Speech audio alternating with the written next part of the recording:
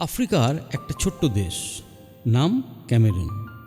হ্যাঁ, ঠিক ধরেছেন। আমরা ফুটবল প্রেমী যারা মানুষজন আছি প্রায় সকলেই তারা এই ছোট্ট দেশটির নাম জানি। তারা খুব সুন্দর এবং দারুণ ফুটবল খেলে, আমাদের উপহার দেয়। তো আজ আমাদের গল্প এই ক্যামেরুন দেশকে নিয়ে। ক্যামেরুন দেশের পশ্চিম প্রান্তে রয়েছে নিয়স নামের একটি হ্রদ। ওই হ্রদ সম্পর্কে অনেক উপকথা ওইখানকার আদিবাসীদের কাছ থেকে শোনা যায়। ওখানকার অধিবাসীরা বলছেন যে ওই হ্রদের জলে নাকি মাছ বাঁচে না। আর একটা মজার ঘটনাও সেখানে নাকি ঘটতে দেখা যায়, ওই হ্রদের জলের রং ঘন ঘন বদলায়। এই নিয়ে স্থানীয় মানুষজন অধিবাসীদের মধ্যে ভীতির সঞ্চার হয়েছিল এবং তারা মনে করতেন ওই হ্রদে বুঝি কোনো অপদেবতা আছেন এবং তারই কারসাজিতে বোধহয় এইসব কাণ্ড কারখানা ঘটে চলেছে। তারপর এক অদ্ভুত এক কাণ্ড ঘটল। হ্রদের জল থেকে আচমকা ধোঁয়া বেরোতে লাগলো।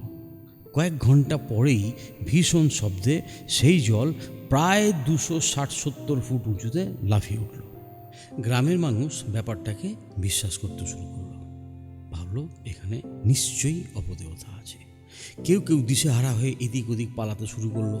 আবার কেউ কেউ ভয়ে ভয়ে হাঁস মুরগি নিয়ে এসে বলি দিতে লাগলো বা জলে ভাসাতে লাগলো।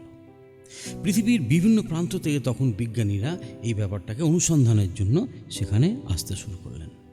বিজ্ঞানীরা নানান পরীক্ষা নিরীক্ষা করে এই রহস্যের উদ্ঘাটন করলেন। জানা গেল এটি কোনো অপদেবতার অলৌকিক কারসাজি নয়। নিয়স হ্রদের তলায় সুপ্ত রয়েছে কয়েক হাজার বছরের পুরনো এক আগ্নেয়গিরি এবং তারই মতিগতির রকম ফেরেতে এসব নানা রকম কাণ্ড কারখানা হয়ে থাকতো, যাকে কিনা আদিবাসীরা অলৌকিক কাণ্ড কারখানা বলে মানত। এই ছিল আমার আজকের গল্প। আশা করব আপনাদের ভালো লেগেছে।